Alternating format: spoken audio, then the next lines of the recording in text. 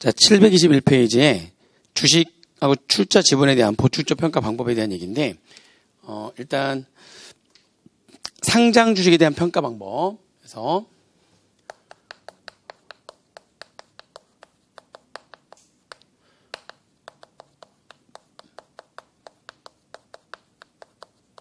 이런 말이 있죠. 그러니까 시가를 모르면 상증세법상 보충적 평가 방법에 의한 금액으로 한다 이렇게 되어 있는데, 그런데 주식만큼은 뭐라고 되어 있냐면 상증세법상 보충적 평가 방법에 의한 금액을 시가로 본대요. 그러니까는 이 주식 금액은 시가로 하는데 그냥 시가 자체가 상증세법상 보충적 평가 방법에 의한 금액인 거예요. 같아요. 주식은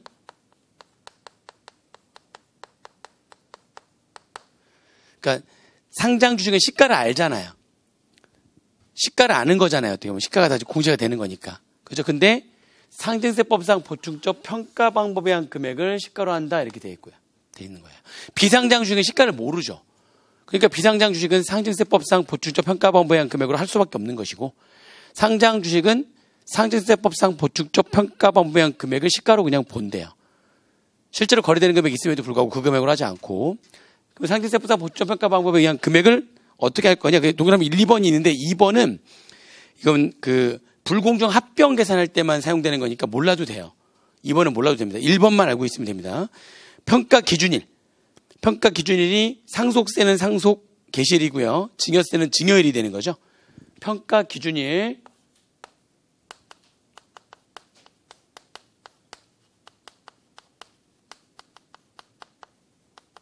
평가 기준일 전후에 각각 2개월간의 공포된 매일매일마다의 거래소 최종 시세가액의 평균액. 그러니까 전후 2개월간 이렇게 표현하면 돼요. 2개월간의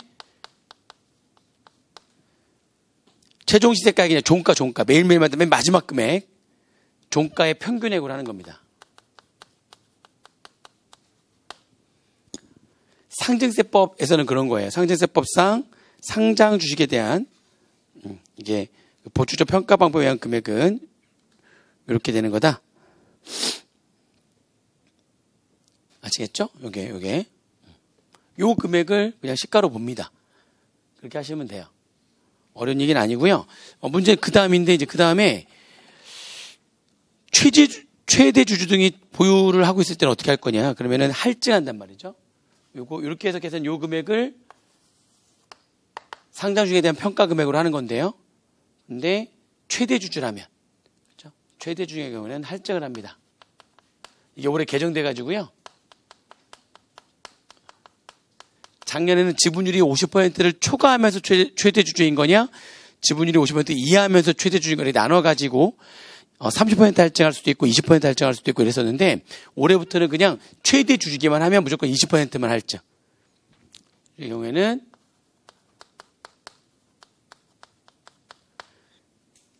그죠? 그러면서 중소기업 주식의 최대 주주, 중소기업의 최대 주주라면 할증을 하지 않는다. 이렇게 되면, 이렇게만 정리하시면 돼요.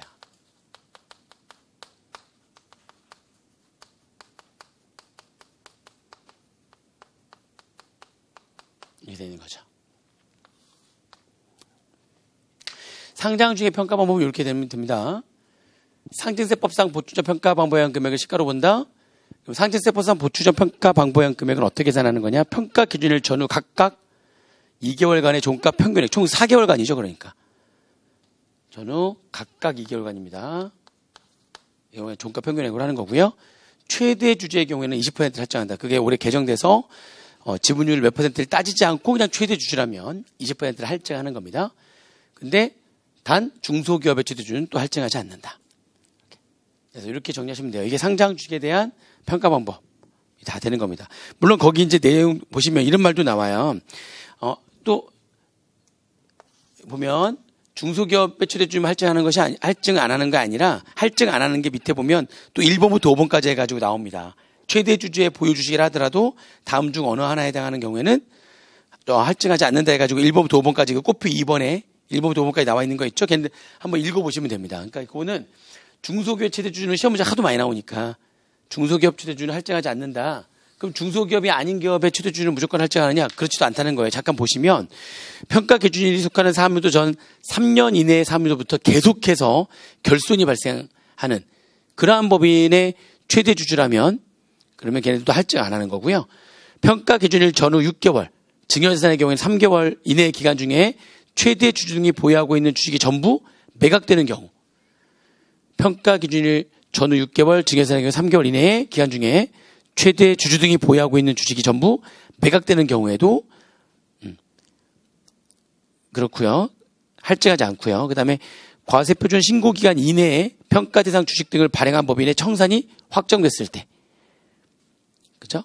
4번하고 5번도 뭐 명의신탁 재산에 대한 증여 의제에 따라서 해당 주식 등을 명의자가 실제 소유자로부터 증여받은 것으로 볼 때, 그런데 합병 증자 감자에 따른 이익의 증여 규정 및 전환사채 등의 주식 전환 등에 따른 증여 규정에 따라서 증여상가액을 계산할 때, 뭐 4번하고 5번하고는 실제로 주식을 증여하거나 실제로 주식을 상속한 게 아니기 때문에 그런 거고요. 1, 2, 3번의 경우에는 지금 주식을 갖고 있는 기간이 얼마 안 되거나 그 회사가 망했거나 망해 가거나 망했거나 문 닫거나 뭐 이런 거죠. 그러면 할증 안 한다는 거죠. 그래서 할증 안 하는 경우도 있긴 합니다. 얘가 아니더라도 한번 읽어만 보세요. 걔네들은 막 이렇게 시험 문제 나올 정도로 중요한 내용은 아니기 때문에 한번 읽어만 보시면 되겠습니다. 중요한 거는 이제 비상장 주식에 대한 평가 방법인데, 우리 법인세법에서 한번 살짝 정리를 한번 했었어요. 비상장 주식의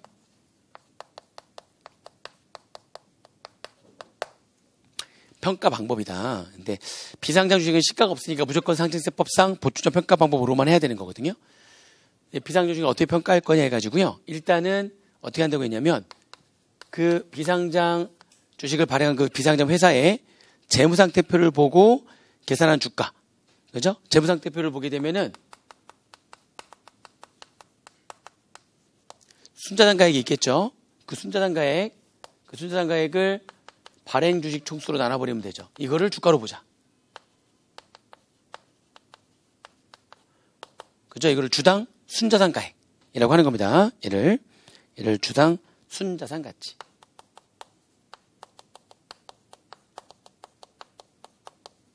이걸 주가로 보자는 거죠. 또는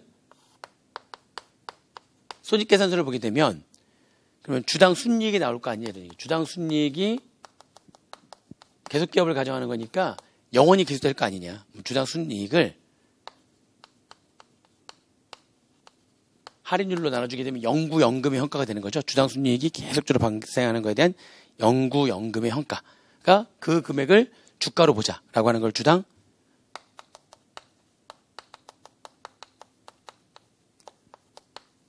순손익가치라고 하는 거죠. 이렇게. 그래서 이 비상장 주식의 주가를 주당 순자산가치로 할 거냐, 주당 순손익가치로 할 거냐. 이를 가중평균하자는 거죠. 그래서 가중평균하는데 주당 순손익가 별도의 말이 없으면 주당 순손익가치가 주가에 더 많은 영향을 미친다고 보는 거예요. 그래서 두 개 계산한 다음에 이걸 가지고 가중평균하는 거죠. 주당 손익가치에 3을 곱하고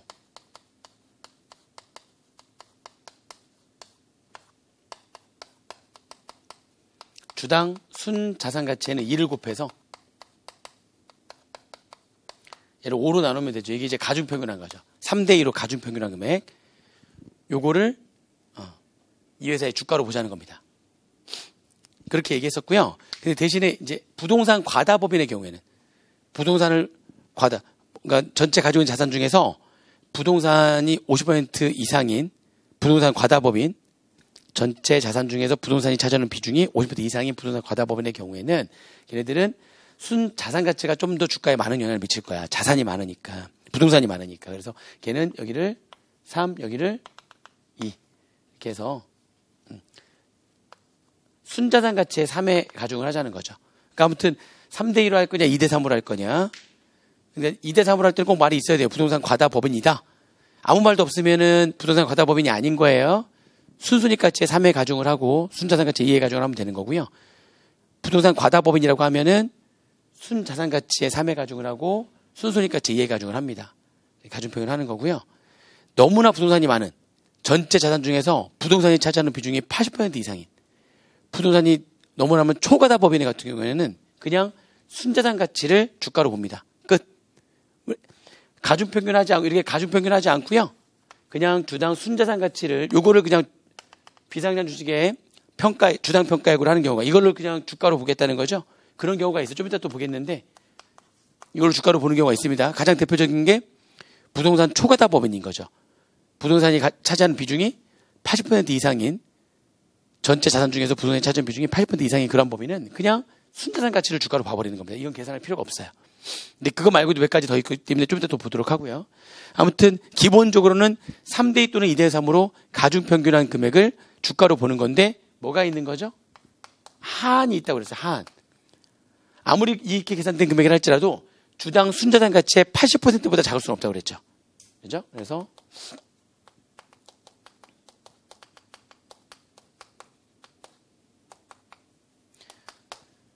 그러니까 순손익 가치가 이게 결손이 마이너스거나 아니면 이게 금액이 굉장히 작을 수가 있다는 거죠. 그럼 평균 내버리면은 금액이 주당 순자산 가치에 비해서 많이 작아질 수가 있는데 아무리 작아지더라도 주당 순자산 가치의 80%보다 작아질 수는 없다는 겁니다. 하한이 있다는 거죠. 둘 중에 그래서 큰 금액을 주가로 보는 겁니다. 이게 기본적인 틀이에요. 기본적인 틀이고 주당 순자산 가치를 그냥 주가로 보는 경우가 어떤 경우가 있느냐 해가지고 교재 보시면 722페이지에 동그라미 3번에 점점점점점에서 5가지 점이 있거든요. 제일 위에. 그렇죠? 다음에 비상장 주식은 그냥 순자산 가치에 의해서 평가한다. 그렇죠?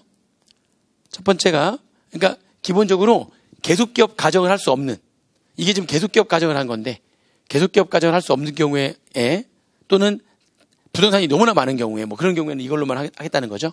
그래서 첫 번째 점이 과세표준 신고기간 이내에 평가대상 법인의 청산 절차가 진행 중이거나 사업자가 사망해가지고 사업에 계속이 곤란하다고 인정되는 법인의 주식, 계속성의 어떤 가정이 깨져버린 거기 때문에 주당 순손익 가치가 계산될 수 없다는 거죠. 그 다음에 사업 개시 전 법인이거나 사업 개시 후에 3년 미만의 법인이거나 이 휴폐업 중에 있는 법인, 사업 개시 전의 법인이거나 사업 개시 후에 3년 미만, 이게 좀 이따 보겠지만 여기 주당 순이익을 계산할 때 이거는 3년 동안의 주당 순이익을 가중평균한 금액으로 하기 때문에 사업료 자체가 3년이 채 안 되는 법인 같은 경우에는 이걸 계산할 수가 없다는 거죠. 사업 개시 전이거나 사업 개시 후에 3년 미만이거나 또는 지금 현재 휴폐업 중에 있는 법인이거나, 그 다음에 세 번째 점이 부동산이 가액이 80% 이상이거나 또는 자산 중에서 주식이 차지하는 비중이 80%, 부동산이 80% 이상이거나 주식이 80% 이상이거나, 가지고 있는 자산 중에 또 다른 법인의 주식을 막 갖고 있는 거죠. 주식이 80% 이상이거나 부동산이 80% 이상이면은 그러면 순자산 가치가 그냥 주가야 이렇게 보겠다는 거죠. 그리고 법인 설립 시부터 존속 기간이 확정된 법인으로서 몇 년까지만 딱 하겠다 해가지고 존속 기한이 확정된 이런 법인이 이제 SPC 특수목적 회사들 있죠. 어디에 투자하려고 만든 종이상의 회사들 있잖아요. 그런 특수목적 회사들 같은 경우에는 그런 걔네들은 딱 기한을 5년간 운영하고 회사는 없앤다. 그리고 다 주주들한테 분배하고 회사는 없어진다. 라고 이렇게 기간을 정해놓고서 종이상의 회사가 만들어지는 거거든요. 그래서 평가 기준일 현재 잔여 존속가액이 3년 이내인 법인의 주식. 또 계속기업을 가정할 수 없는 거기 때문에 이해되시죠? 걔네들은 그 5가지는 그냥 순자산 가치를 주가로 한다는 겁니다. 걔네들은 좀 암기하셔야 돼요. 걔네들은 5가지는 좀 암기하셔야 되고요. 아시겠죠? 그 다음에 이제 구체적인 계산 어떻게 할 거냐. 그전에 우리가 이제 구체적인 계산하는 거에 대한 얘기를 안 했었거든요. 여기까지는 얘기했었어요. 여기 할인율은 정해진다고 얘기했고요. 이거는 문제에서 주어집니다. 여기 주당 순이익을 어떻게 할 거냐 해가지고요. 3년간의 주당 순이익을 가중평균하는데 직전 연도에 주당 순이익에는 3회 가중을 하고 전전 연도 주당 순이익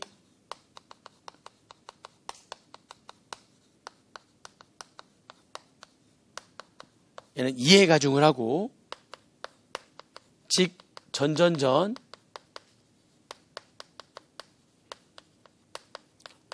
주당 순이익은 1회 가중을 해서 얘를 6으로 나눈 금액을 분자에 들어가는 주당 순이익으로 한다고 그랬어요. 여기까지만 설명드렸거든요. 그 계산된 금액을 주어진 할인으로 나눈 금액을 주당 순손익 가치로 한다고 했습니다. 그런데 여기 이제 2차 시험에서는 여기 들어가는 주당 순이익 있잖아요. 여기 들어가는 주당 순이익은 어떻게 계산되는 거냐. 우리 주당 순이익은 단기 순이익을 발행주식 총수로 나누는 거잖아요. 그러니까 분모는 같아요. 발행주식 총수로 나누면 되는데 문제는 분자 금액이 단기 순이익도 아니고 각사함면 손금액도 아닌 거예요. 여기 들어가야 되는 이 주당 순이익 있죠? 여기 들어가는 이 주당 순이익. 이 주당 순이익은 어떻게 계산되는 거냐. 각사업연도 소득금액에다가 뭔가 플러스 마이너스 조정을 한 금액으로 해요. 그러니까 단기순이익도 아니고 각사분수금액도 아닌 거예요. 그거를 뭘로 나누면 되죠? 그거를 그 연도에 그 각각 그 연도의 발행주식 총수로 나눠주면 됩니다.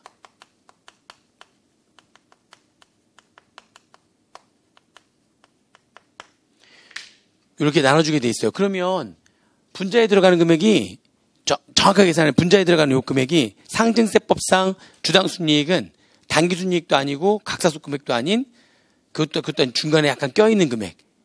그래서 뭐 어떻게 조정할 거냐. 이 조정되는 거 있잖아요.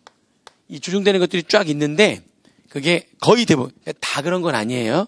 근데 거기를 암기하는 게 쉽지가 않고 쫙 있어요. 근데 그걸 이렇게 좀 생각하시면 좋은 게 이게 더해지는 것들은 다 어떤 거냐면 송금사냐 보고 기타로 떨었던 것들이 있죠. 송금사냐 보고 기타. 우리가 기타로 떠는 것들이 크게 그렇죠. 기타로 떠는 것들이 다 어떤 것들이었죠? 기타로 떠는 게 송금사냐 보고 기타로 떠는 게 자본거래인 경우잖아요. 사실은 그죠? 근데 이렇게 표현할까요? 자본거래가 아닌데 기타로 한 거? 자본거래가 아닌데 기타로 한 거. 예를 들면 가장 대표적인 게 뭐냐면 법정기부금하고 지정기부금 한도 추가를 2월에 가지고 송금사님 하는 거야. 그거 뭘로 하죠? 송금사님? 기타. 그게 자본거래인가요? 아니잖아. 송금사님에서 기타 사유출로 했기 때문에 2월에 가지고 10년간 2월에 가지고 송금사님 할 때는 유보로 했으면 마이너스 유보로 될 텐데 기타 사유출로 했으니까 넘어와 가지고 할 게 없으니까 뭘로 하는 거죠? 기타. 그러니까 꼭 굳이 얘기하면 자본거래 가지고 기타가 되는 게 아니라 차감 조정이면 마이너스 유보 아니면 기타잖아요. 그죠? 근데 그 기타로 되는 게 자본거래도 아닌데 그렇다고 해서 자산부채 차이도 아닌 거야. 그러니까 그냥 뭘로 한 거죠? 그냥 기타로 한 것들이 그런 것들이야. 그래서 여기 기타로 되는 거 뭐예요? 수입배당금 입금물산입, 송금산입 또는 입금물산입 하고 기타로 들어가는 거. 수입배당 입금물산입도 사실 자본거래가 아닌데 마이너스 유보로 하는 게 아니기 때문에 그냥 뭘로 하는 거죠? 기타. 국세 환급 가산금, 입금물산입 기타. 그리고 각 기부금에 대한 법적으로 지정기부 한도 초과 금액의 2월액 송금산입 기타. 그리고 올해 들어온 거 업무용 수용차. 업무용 수용차 관련돼가지고도 소금산입 기타 사회출했다가 그 업무 수용차에 대한 뭐가 있어요? 처분? 손실 800만 원 초과분에 대해서 어떻게 합니까? 송금 불산입 기타 사회출했다가 2월에 가지고 매년 800만 원씩 소금산입 기타 들어가죠? 그것까지 이번에 들어왔어요. 그러니까 여기 들어오는 입금불산입 소금산입 기타는 걔네들 더해주는 거는 어떤 것들이라고 생각하시면 되냐면 그러니까 기타 송금산입이나 입금불산입 기타 한 거를 다시 더해주는 건데 그게 자본거래여가지고 송금산입 기타가 되는 게 아니라 자본거래도 아닌데 자산부채 차이도 아니어가지고 그러면 할 게 기타밖에 없잖아요. 그래서 기타로 들어오는 것들이 있죠. 그런 것들이야. 그런 것들이라고 생각하시면 돼요. 아시겠어요? 자, 그리고 빼는 건 뭐냐? 빼는 건 다 어떤 것들이냐면 빼는 것들은 송금불산입하고 다 기타 수유 유출하는 거 있잖아요. 이런 것들이 다 빠져요, 이게. 그러니까 여기 각 기부금의 한도 초과로는 송금세 기타 사유출, 법인세 등 송금세 기타 사유출 많잖아요. 그죠? 거기 기타 사유출 들어가는 거. 또 업무용 수용차와 관련해서 송금세입 하는 것도 있잖아요. 업무 수용차 관련해서 송금불산입 하는 거, 기타 사유출. 그게 업무 수용차 관련해가지고 송금불산입 들어오는 것들. 그쵸? 다 그런 것들이 여기 플러스 마이너스 된다고 좀 보시면 되겠습니다. 아시겠어요?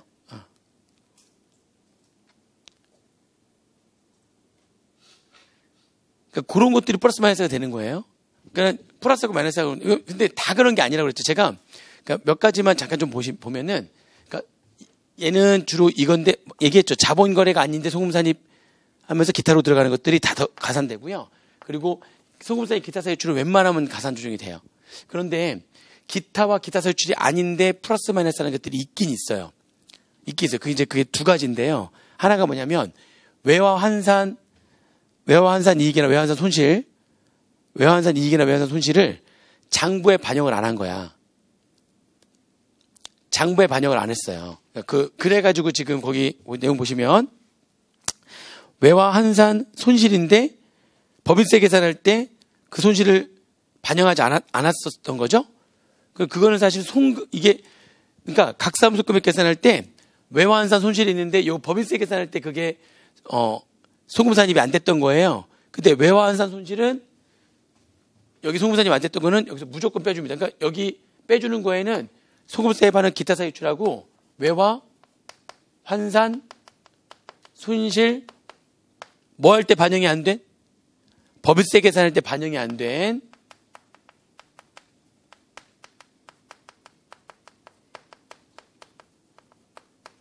그리고 여기 뭐가 또 여기 플러스가 되어 있어요. 외화 환산 이익 법인세 계산할 때 입금 산입으로 반영이 안 된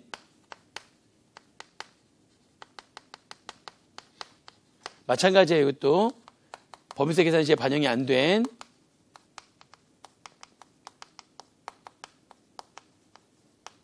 외환산 이익을 추가로 더해주고 외환산 추가해서 추가로 빼줘요.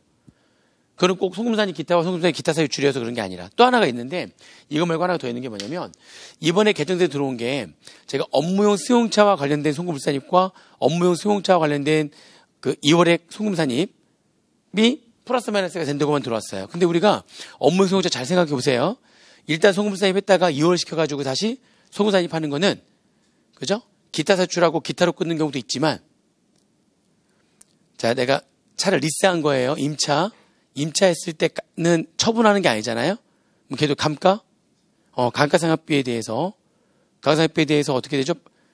800만 원 초과분에 대해 송금, 불산지 걔도 기타, 사유출, 2월 해가지고 800만 원까지 송금, 산입, 기타로 가잖아요. 근데 문제는 내 차인 거야. 취득한 거. 그 취득한 것도 업무용 소용차 관련된 감가상각비 800만 원 초과분에 대해 송금, 불산입하는데 그건 내 차니까 소금산입하고 걔는 유보. 2월에서 소금산입 마이너스 유보. 그러니까 리스했을 때는 여기 들어오고 취득했을 때 안 들어오면 안 되잖아요. 그러니까 지금 그거는 기타 사유출하고 기타가 아닌데 업무용 소용차 관련된 소금산입과 소금산입 여기 들어오는 거예요. 유보하고 마이너스 유보일 때도 들어오는 게 있긴 한 거예요. 아니 그렇잖아요. 리스할 때는 여기 들어오고 취득했을 때 감가상각비 800만 원 초과분에 대해 소금산입하는 거 안 들어오고 이건 형평성에 문제가 있잖아. 그러니까 걔는 무조건 다 들어오는 거예요. 걔는 다 들어오는 거예요. 소득처분이 어떻게 얘네 들어오는 거예요. 무슨 말인지 이해되시죠? 그래서 송금산입 기타나 송금산입 기타 사유출이 아닌데도 여기 들어오는 것들이 외환산 이익 손실과 업무용 수용차 관련된 송금산입과 송금산입이 기타 사유출과 기타가 아닌 경우도 있잖아요. 걔네도 들어온다는 거죠. 그 차를 내가 취득했었고 감가상각비 800만 원 초과분에 대해서 송금산입하고 송금산입하는 것들은 그냥 들어온단 말이죠. 아무튼지 간에 일반적으로는 요거예요. 일반적으로는. 그러니까 기본적으로 각사무소 금액 계산할 때에 세무정했을 때 송금산입, 입금산입, 기타 한 것들은 다시 더해주고요. 송금산입, 기타 사유출한 것들은 다 빼주는 겁니다. 기본적으로는 이거예요. 기본적으로는 이거고 추가적으로 약간 세부적으로 좀 더 보실 게 좀 있다는 거죠. 세부적인 것까지 나오긴 좀 그렇고 기본적으로 얘네들만 알고 있어도 되지 않을까 싶어요. 여기 되셨습니까? 자, 그 다음에 주당 순자산 가치를 계산하는데 이 주당 순자산 가치 계산하는데 여기 들어갈 것도 여기 여기 순자산 가액만 알면 되죠. 발행추정수에 나오는 거니까 이 순자산 가액을 계산할 때 주의할 점이 있어요. 그게 724페이지에 좀 자세하게 적어놨거든요. 순자산 가액 계산할 때 계산 방법 해가지고 나와 있습니다. 원칙 뭘로 하는 거라고요? 순자산 가액은 여기 들어가는 순자산 가액은 뭘로 합니까? 원칙은 아니 가지고 있는 자산 부채를 뭘로 평가할 거냐? 장부가액도 다 있잖아요. 그게 아니라 상증세법상 규정에 따른 시가평가액, 시가로 하되 장부가액으로 하는 게 아니죠. 시가로 하되 시가가 불명하면 상증세법상 보충적 평가 방법에 의한 금액으로 자산부채를 계산해서 분자의 순자산가액을 집어넣는 겁니다. 이 순자산가액, 주당 순자산 가치를 구하기 위한 순자산가액은 상증세법상 평가액으로 하는 거예요. 상증세법상 평가액으로 한다는 얘기는 시가로 하되 시가가 불분명하면 상증세법상 보충적 평가 방법에 의한 금액으로 한다는 겁니다. 자, 그런데 상증세법상 평가액이 장부가액보다 작잖아요. 그럼 장부가액으로 한다고 돼 있어요. 단 장부가액보다 작은 정당한 사유가 있으면 그러지 않는데, 정당한 사유가 뭐 있다는 말이 없잖아요. 그러면 장부가액보다 작으면 또 어떤 금액으로 합니까? 자, 결국엔 여기 들어오는 금액은 어디서 많이 들어봤단 말이죠. 시가와 장부가액 중에서 큰 금액으로 하는 거예요. 그렇죠. 어디서 많이 들어봤죠? 우리 접대비나 기부금 할 때 평가하는 거 다 그렇게 하는 거잖아요. 할 때 접대비 평가할 때 우리 평가하는 금액, 자산의 평가 금액, 접대비 평가할 때 어떻게 했어요? 시가와 장부가액 큰 금액, 그걸로 하는 거예요. 쉽게 얘기하면. 근데 그 시가는 상증세법상 시가평가액이니까 시가가 불명하면 상증세법상 보충적 평가방법에 의한 금액으로 하고요. 그렇게 계산된 금액과 장부가액과 비교해가지고 둘 중에 큰 금액이 들어오는 거예요. 일단 기본적으로 아시겠죠? 기본적으로 둘 중에 큰 금액이다 보시면 되고요. 그리고 그 다음에 동그라미 2번에 이제 하나씩 볼게요. 자산과 관련해서. 동그라미 2번에 영업권 평가액 있죠? 영업권도 들어갑니다. 영업권도 들어가는데, 어떤 경우에 안 들어가냐면, 청산 절차가 진행 중이거나 평가 기준일이 속하는 3년도 전, 3년 내에 3년도부터 계속해서 결손금이 있는 법인의 경우에는, 그러면 걔네들은 영업권을 안 집어넣는데요. 그러니까 이게 왜 그러냐면 생각을 해보세요. 영업권이라고 하는 거는 눈에 보이지 않는 뭔가 좋은 게 있어가지고 그거를 자산으로 계산하는 거 아닙니까? 근데 지금 문 닫는 법이, 뭐가 좋은 게 있는데 왜 문을 닫아? 그죠? 그리고 3년 동안 계속 뭐가 있었다고요? 결손이 있었던 법인데 영업권이 있대. 거짓말이지. 지금 이해되십니까? 그러니까 그런 경우에는 영업권은 그건 거짓말이야. 그거는 거짓말이니까 그 영업권은 못 들어가. 근데 그게 아니라면 영업권은 들어갑니다. 아시겠죠? 영업권이 못 들어가는 건 그 두 가지의 경우는 영업권이 못 들어가고요. 그렇죠? 그게 아니라면 영업권은 들어갑니다. 그 다음에 선급비용하고 개발비는 안 들어갑니다. 많이들 주의하실 게 뭐냐면 여기 잠깐. 분자에 들어가야 되는 순자산가액 계산할 때 자산 금액 어떻게 하면 된다고요?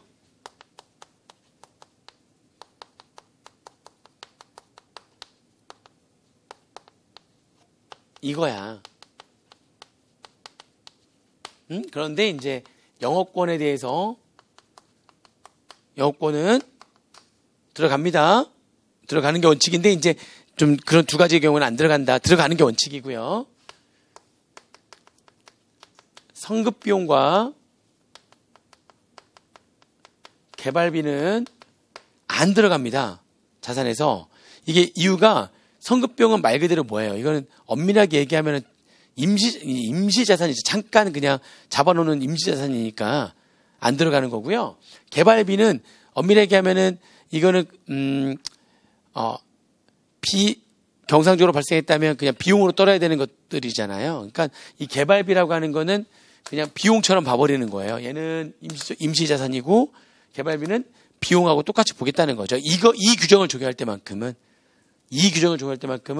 성급비용과 개발비는 저기 순자산가액 계산할 때 자산으로 안 봅니다. 아시겠죠? 그래서 그런 내용들이 거기 쭉 나와 있고요. 그 다음에 5번은 안 봐도 돼요. 5번은 안 봐도 되는데 4번에 평가 기준 1년제 지급받을 권리가 확정된 경우는 또 자산에 포함합니다. 평가 기준 1년제 지급받을 권리가 확정되어 있는 거 있죠?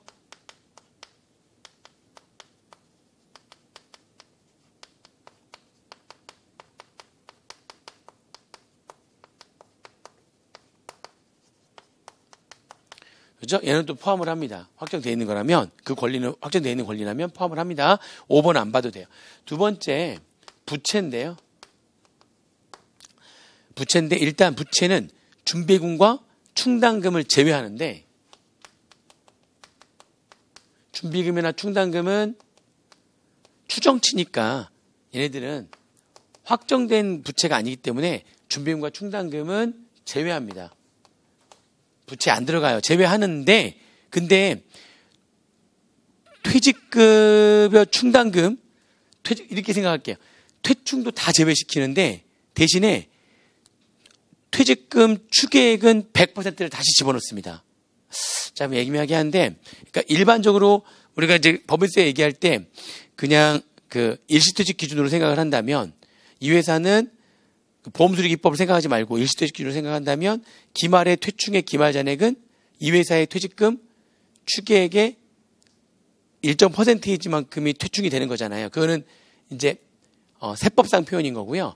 세법상 퇴연충까지 고려한다면 퇴직금 추계액의 100%만큼을 퇴충과 퇴연충의 기말 잔액으로 인정하는 거죠. 쉽게 얘기하면. 퇴충만 생각하면 0%인데, 그죠? 퇴연충까지 다 포함한다면 결국에는 외부의 돈만 제대로 맡기면 퇴충과 퇴연충으로서 세법상 다 송금으로 인정해 주려고 했던 거고, 회계학에서는 그냥 퇴직금 추계액의 100%를 퇴직금의 충당금의 기말 잔액으로 인정하려고 했던 거고, 그러면 이 충당금의 금액에 퇴충하고 퇴연충이 들어가 있을 수 있잖아요.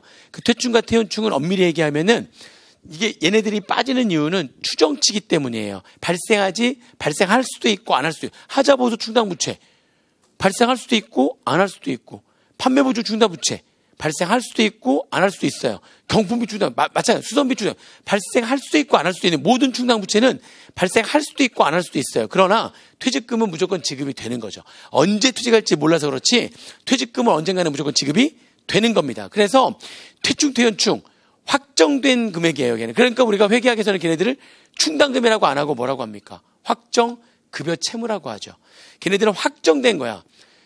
나갈지 안 나갈지 추정하는 게 아니라 무조건 나갈 건데 언제 나갈지를 몰라가지고, 그래서 세법에서는 충당금이라고 하는 거고, 회계학에서는 나가는 건 확실하니까 걔는 추정치 일반적인 충당부채로 하지 않잖아요. 그러니까 회계학은 확정된 금액으로 하잖아요. 그래서 이름도 뭐예요? 확정급여 채무가 되는 거잖아요. 그러니까 지금 여기 부채에서 준비금하고 충당을 빼는 이유는 얘네들이 발생할지 안 할지 알 수 없는 금액이기 때문에 추정치니까 빼자고 하는 건데, 근데 뭐는 확정된 거니까 퇴충과 퇴연충, 한마디로 얘기하면 퇴직금 추계액은 회계학에서의 퇴직금 추계액은 이거는 확정된 거예요. 근데 언제 나갈지 몰라가지고 그런 거지, 퇴직을 언제 할지 몰라서 그런 거지, 얘는 확정된 거라고요. 그래서 얘네들은 빼지만 다시 퇴직금 추계액은 뭐 하는 겁니까? 100%를 다 더해줍니다. 그 퇴직금 추계액이 회계학에서는 확정금의 채무의 기말 잔액이 되는 거고요. 세법에서는 그게 퇴충과 퇴연충의 기말 잔액이 되는 거죠. 돈만 외부에 제대로 맡겼다면. 그죠? 이것만 좀 주의하시면 돼요. 퇴직금 추계액은 확정된 거기 때문에 그래요. 확정된 거기 때문에. 알겠습니까?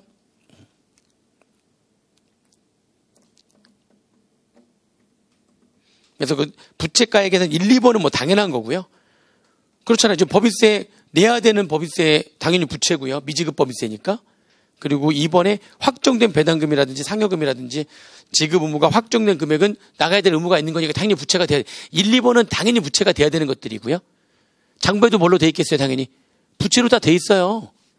근데 3번에 장부에 들어가 있는 충당금하고 준비금 다 부채잖아요. 근데 걔는 빼라고요. 장부 1, 2번은 당연히 부채에 들어가 있고요. 3번도 장부에는 부채로 들어가 있는데 빼라고요. 빼는데 다만 평가 기준일년제 비용으로 뭐된 확정된 충당금은 포함하다 이렇게 돼 있잖아요. 그게 그 동그라미 1번의 세 번째 점이에요. 그게 확정된 충당금이 결국에는 뭡니까? 퇴충과 퇴연충을 말하는 겁니다. 그래서 그게 그 위에 바로 세 번째 점에 평가 기준일년제 재직하는 임직원의 임원 또는 사용인 전원이 퇴직할 경우에 퇴직금 추계액 100%를 다시 부채로 보는 겁니다. 그 말이 평가 기준일년제 비용으로 확정된 충당금이라는 거예요. 퇴충과 퇴연충을 말하는 겁니다. 근데 그렇게 표현하지 않고 퇴충, 퇴연충이라고 하지 않고 그냥 퇴직금 추계액의 100% 전액, 퇴직금 추계액 전액을 부채로 보라는 거죠. 되셨나요? 자, 그 다음에 다 됐어요. 다 됐어요. 그러면 이렇게 해서 이제 계산을 하고 된 금액이 끝나는 게 아니라 이것도 또 뭐가 있죠? 비상정주입도 할증평가가 있어요. 그렇죠? 그래서 이렇게 계산된 금액에 그죠? 요거를 주당평가액으로 하는 겁니다. 그죠? 이렇게 하는 거는 무슨 주주일 때? 똑같이 최대 주주일 때 할증이 들어가는 거죠. 20% 할증 들어가고요.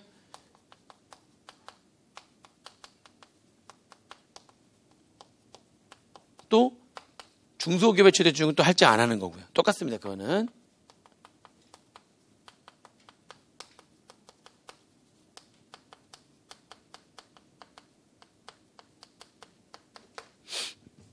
자, 그러면 뒤에는 문제를 2, 3, 4번 해가지고 3개를 풀어볼게요. 2, 3, 4번. 3개를 풀어봅니다. 문제 2번입니다. 731페이지. 2020년도 4월 4일 날 거주자 갑의 상속이 개시가 됐대요. 다음은 거주자 갑 씨가 소유한 재산에 관한 자료다. 상속 재산 가액을 계산하래요. 자, 지금 A법인 주식을 갖고 있고요. B법인 주식을 갖고 있네요. A법인 주식은 비중소기업 주식이고요.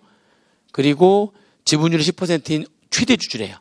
갑 씨는 보유주식 만주가 있는데 그게 지분율 10%고 최대 주주래요. 그러면 뭐 합니까? 지분율이 몇 퍼센트 시간에 최대 주주라면 20% 할증을 해야 되는 거죠. 중소기업이 아니니까.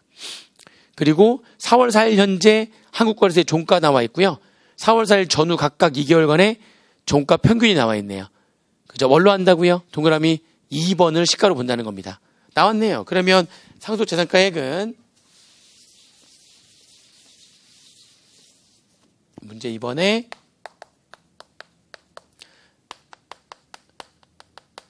A 주식은 바로 나왔죠? 얼마입니까? 12,000원에 그죠? 할증해야 되는 거니까 120%를 곱하고요.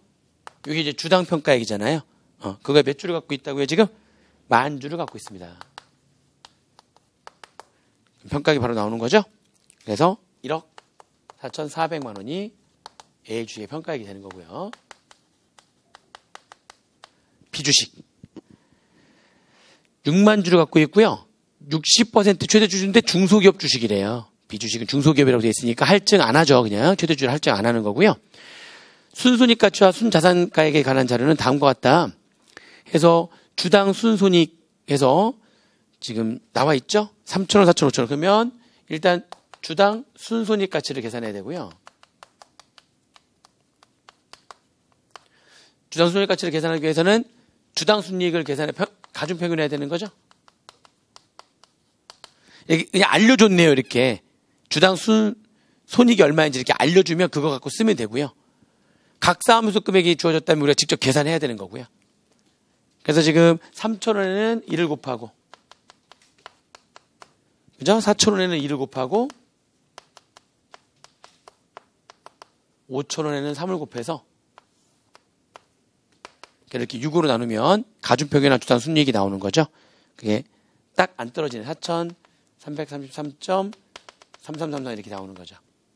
그렇죠? 그러면 이걸 가지고 주당 순손익 가치를 계산하면 할인율로 나눠주면 되는데 기획재정부 장관이 정하는 이자율이 10%라고 지금 가정이 되어 있으니까 그렇죠? 계산하시면 되겠죠.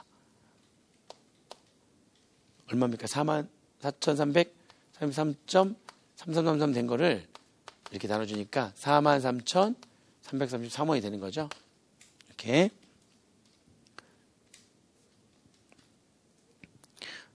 반올림해서 이렇게 보면 되고요.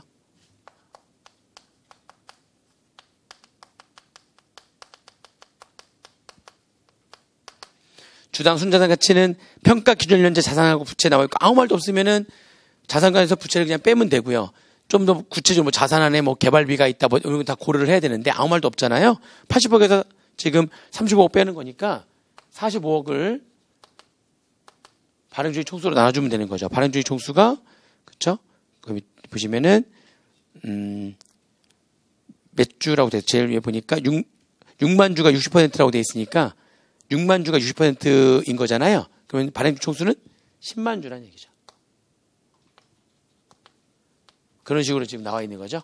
6만 주가 지분율 60%니까 10만 주. 따라서 평가액은 두 개 큰 거 43,333원 곱하기 아무 말도 없으니까 여기 3회 가중을 하고 45,000원은 2회 가중을 해야 되는 거죠. 그죠? 그래서 이렇게 5로 나눈 금액과 하한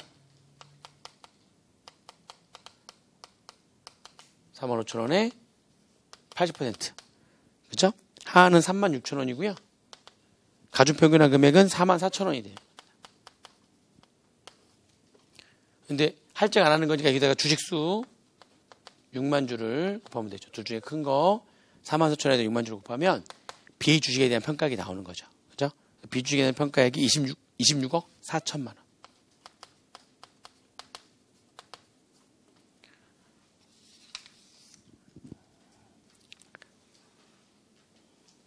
(3번) 문제입니다.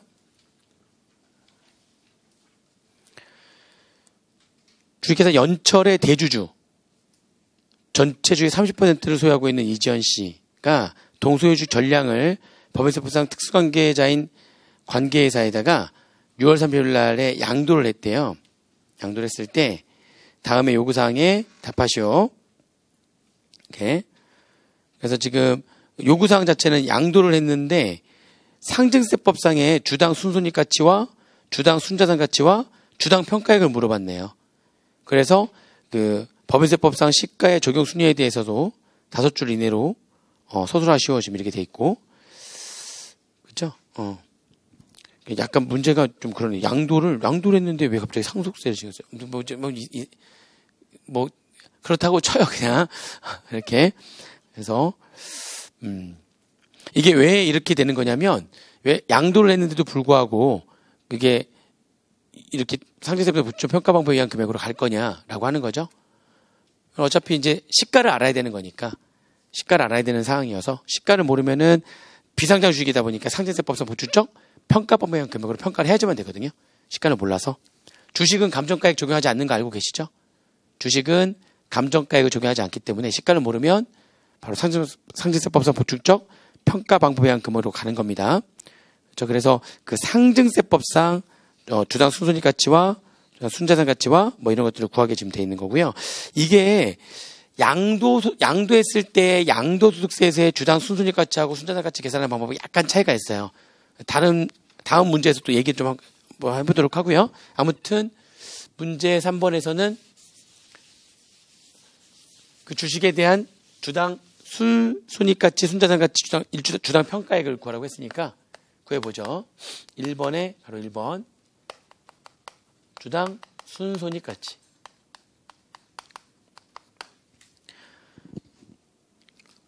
(3년간의) 순손익액이 지금 나와 있고요. 5번 자료 보면은 회사 설립일부터 변동 없이 100만 주가 쭉 있었대요. 그리고 아무 말도 없이 그냥 순손익이 나와 있으면은 조정이 다 된 이후의 금액이라고 보시면 되겠습니다. 그러면 100만 주로 나눠주게 되면 주당 순이익이 나오는 거죠. 그렇죠? 전년도의 주당 순이익은 3,700원이네요. 보니까 그죠? 3,700원에다가는 3회 가중을 하고 전년도 거니까. 그리고 전전년도는 지금 얼마냐면 1,800원이죠. 주당 순이익이 곱하기 2에 가중을 하고. 그렇죠? 이게 3월 말 법인이어가지고 그렇게 된 거죠. 그 다음에 전전년도는 2,600원에 1에 가중을 하면 되죠. 그래서 얘를 6으로 나누면 됩니다. 이게 이제 주당 순이익이 되는 거죠. 주당 순이익이 2,883원이 되는 거고요. 그죠? 주당 순자산 가치는 2,883원을 0.1로 나눠주면 되는 거니까 28,830원이 되는 거죠.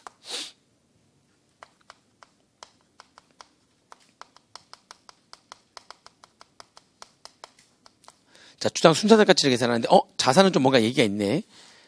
일단은, 평가 기준일 현재 순자산가액을 반해주 총수로 나눠야 되는데, 지금 420억이 있는데 그 안에, 개발비가 있대요. 개발비 빼야 되는 거죠. 그죠. 그래서, 지금 여기 자산 금액은 420억에서 개발비가 30억이네? 뺀 금액 얼마입니까? 390억. 부채도 잘 보세요.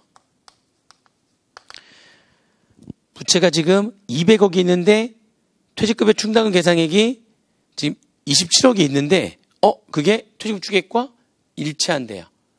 그러면은 걔는 그대로 들어가 있으면 제대로 돼 있는 거네요. 어차피 포함시켜야 되는 거니까. 퇴직금 추계액은 포함시킨다고 했으니까 부채는 그냥 200. 따라서 분자에 들어야 할 금액이 여기서 빼는 거니까 얼마입니까? 190억을 100만 주로 나눠주면 되는 거니까. 그렇죠? 19,000원 되는 거네요. 그래서 주당 평가액 바로 계산하시면 뭐 여기 3번에 주당 평가액까지만 물어보는 거니까. 부동산 과다법인인지 아닌지에 대한 내용을 봐야 되겠죠? 보니까 부동산 과다법인이냐 아니냐에 대한 별도의 언급이 또 없어요. 보면 내용 보시면 그죠? 없으면 없는 겁니다. 그러면은 여기 28,830원은 3회 가중을 19,000원은 2회 가중을 한 금액을 5로 나누고 이 금액과 19,000원의 80%를 곱한 금액 중 큰 금액을 주당 평가액으로 하시면 된다. 그죠? 계산하시면 얘가 24,898원. 그리고 얘는 15,200원. 그죠? 따라서 두 줄 큰 거 24,898원이 주당 평가액이 되는 거죠. 마지막 4번 문제입니다. 거주자 갑이 상속받은 주식사 대안의 주식과 관련된 자료는 다음과 같다. 요구사항에 답하시오. 상속받은 주식수는 지금 상속받은 주식수는 7만 주래요. 7만 주고 상속 개시일은 2020년도 7월 1일이고 12월 말 비상장법인인 대안은 부동산 과다법인이 아니고 중소기업도 아니래요. 중소기업이 아니면 최대주주라면 할증을 해야 된다는 거죠?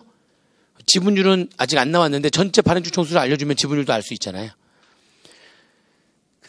상속세나 증여세법에 따른 대안의 자산부채는 다음과 같다 해가지고 자산총액이 100억이고 부채가 50억으로 되어 있는데 그 안에 다음들이 포함되어 있대요. 그런 얘기들이 있고 발행주의 총수는 2012년도 설립 이후에 변동 없이 10만 주래요. 그러면 10만 주인데 7만 주나 갖고 있으니까 당연히 지분율이 50%를 초과가 되므로 당연히 최대주주겠죠. 그러니까 거기다가 최대주주 할증 20% 중소기업이 아니니까 할증 20% 적어놓고요. 그 다음에 대안의 각 사업면도의 순손익액을 구하기 위한 자료는 다음과 같다 해가지고 거기 지금 순손익 계산하기 위한 자료들이 나와 있네요. 순손익 가치를 계산할 때 적용할 이자율이 10%라고 되어 있네요. 자, 요구사항은 뭐냐면 요구사항 1번은 상속재산인 주식사 대안의 비상장 주식 평가액을 다음에 답안 양식에 따라 제시하시오. 그 다음에 상증세법상 비상장 주식 평가 방법과 소득세법상 비상장 주식 평가 방법의 차이에 대해서 쓰시오. 이렇게 약간의 차이가 좀 있기 때문에 자 요구사항 1번입니다. 문제 4번에 요구사항 1번.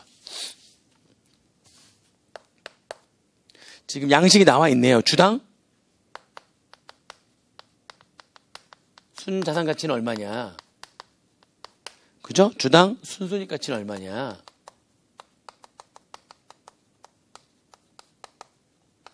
그 다음에 주당 평가액은 얼마냐. 그 다음에 비상장 주식의 평가액은 얼마냐. 비상장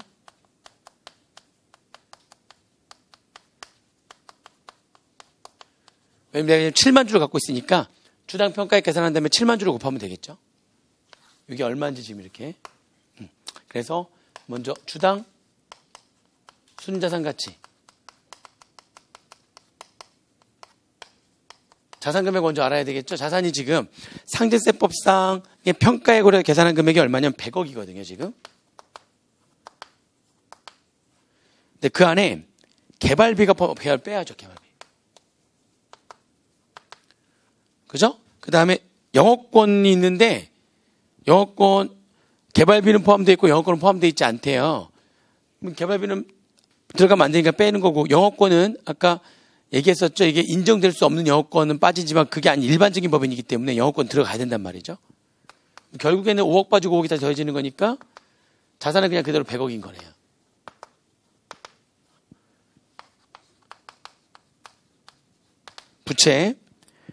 부채가 지금 50억이거든요, 지금. 근데 그 부채 총계에는 퇴직급여 충당금이 8억이 포함되어 있대요. 근데 그게 퇴직금 추계액의 50%만 되는. 그러면 퇴직금 추계액에 무조건 100%를 세법에서는 집어넣으라고 했거든요. 근데 퇴충 자체가 퇴직금 50%라면 얼마만 더 집어넣으면 되겠습니까? 나머지 50%, 그렇죠. 8억만 더 집어넣으면 되는 거예요. 나머지 50% 더 집어넣으라는 거죠. 100%가 다 들어가야 되기 때문에 58억이 되겠습니다. 그죠? 결론. 주당 순자산 가치는 분자의 100억에서 이거 빼는 거니까 얼마 되는 거예요? 420억을 발행 초수 10만 주로 나눠주면 되겠죠. 그쵸? 나눠줬더니 얼마 되는 겁니까? 410만 주 나눠주는 거니까 42,000원이 되겠죠. 주당 순자산 가치는 42,000원 됩니다. 자, 주당 순손익 가치입니다. 보니까 뭔가 좀 조절을 해야 되네 보니까, 그죠? 얘네들 조절을 하게 돼 있고요. 아예 주당 순이익을 준 게 아니라 직접 구하라고, 가감증하라고 지금 자료들을 준 겁니다. 그렇죠? 그래서, 이번에 주당 순손익 가치. 주당 순손익 가치를 구하는데, 2019년도 거부터 먼저 할게요. 그러니까, 주당 순이익을 구해야 되잖아요.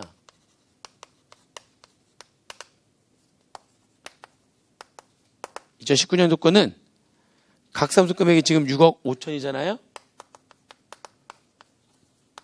약간 그 조절을 해야 되는데, 국세 환급금 이자는 송금, 입금, 불산입, 기타였잖아요. 걔를 다시 더해준다고요. 입금사입 했던 걸 다시 더해줍니다. 500만 원 더해주고요. 그리고 법인세는 송금, 불산입, 기타, 사유출이니까 걔를 다시 빼줍니다. 이렇게. 그죠? 1억 9천이구나.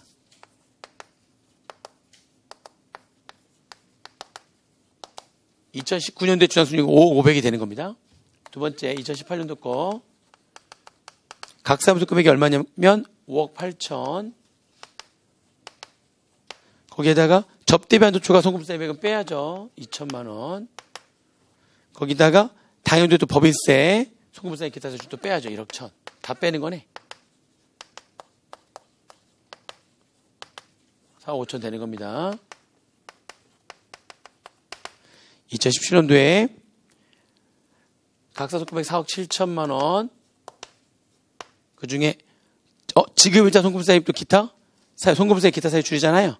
그죠? 걔도 뺍니다. 기타 사유출 1,500만 원. 법인세 송금세 기타 사유출 8천만 원도 뺍니다. 그죠? 그러면 3억 7,500. 그죠? 요 금액들을 주당 순이익이니까. 근데 전부 다 발행 초수는 몇 주였다고요? 10만 주로 변동이 없대요. 그러면 이게 10만 주로 나눠주는 거니까 얼마 되는 거예요? 주당 순이익이 얘는 5,050원. 얘는 4,500원. 얘는 3,750원. 이렇게 된 거죠. 주당 순이익이 이렇게 된 거고, 이걸 가지고 이제 주당 순이익 가중평균하는 거죠. 따라서 주당 순이익 가중평균한 거죠. 가중평균에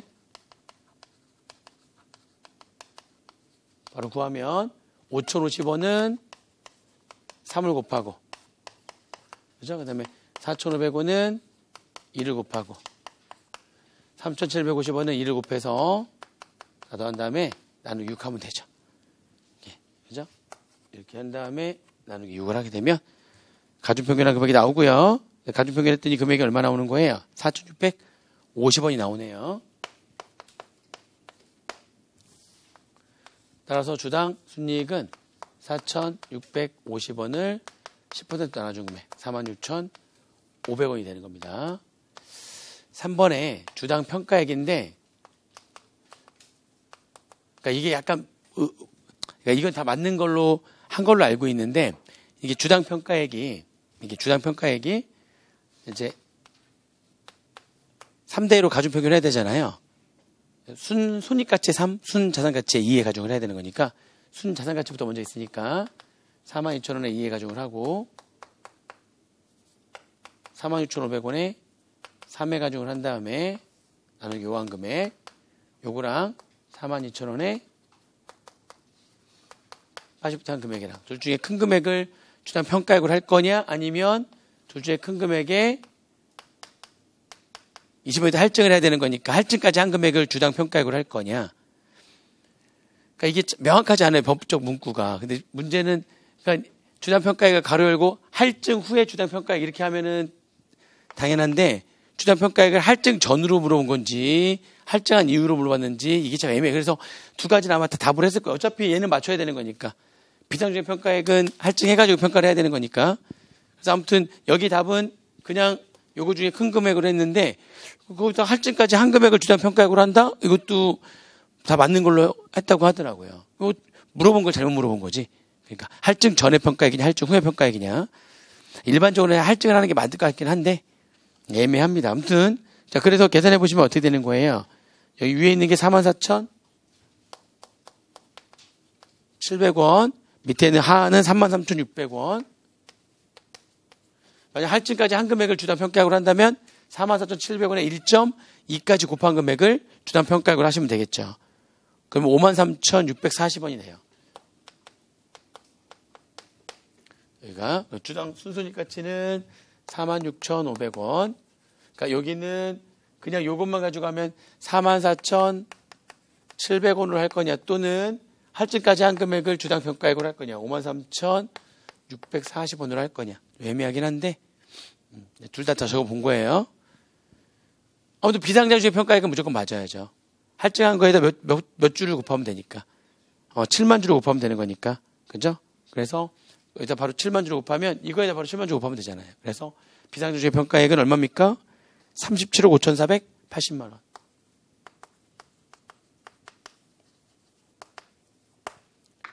이렇게 해주시면 돼요.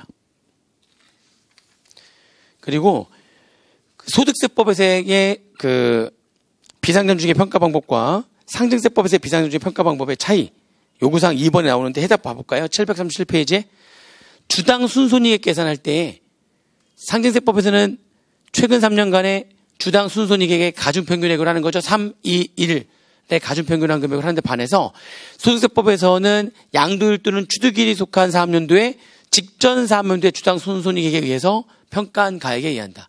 3년 동안으로 가중평균하지 않고요. 양도일과 취득일이 속한 사업연도에 직전 사업연도의 주당 순손익액에 의해서 평가한 금액으로 딱 한 번만 하고 끝납니다.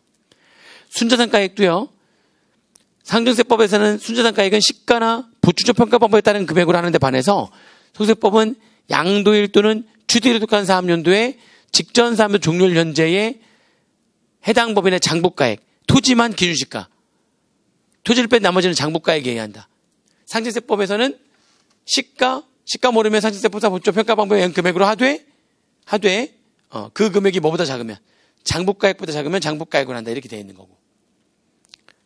내용이 좀 다르죠. 소득세법에서의 그 주당 순손익액과 순자산가액 계산하는데 약간의 차이가 좀 있습니다. 한번 꼭 읽어보세요. 이렇게 됐습니다. 오늘 여기까지 할 거고요. 내일은 이제 그 상증세 1장의 나머지 문제들 몇 개 좀 더 풀어보고요.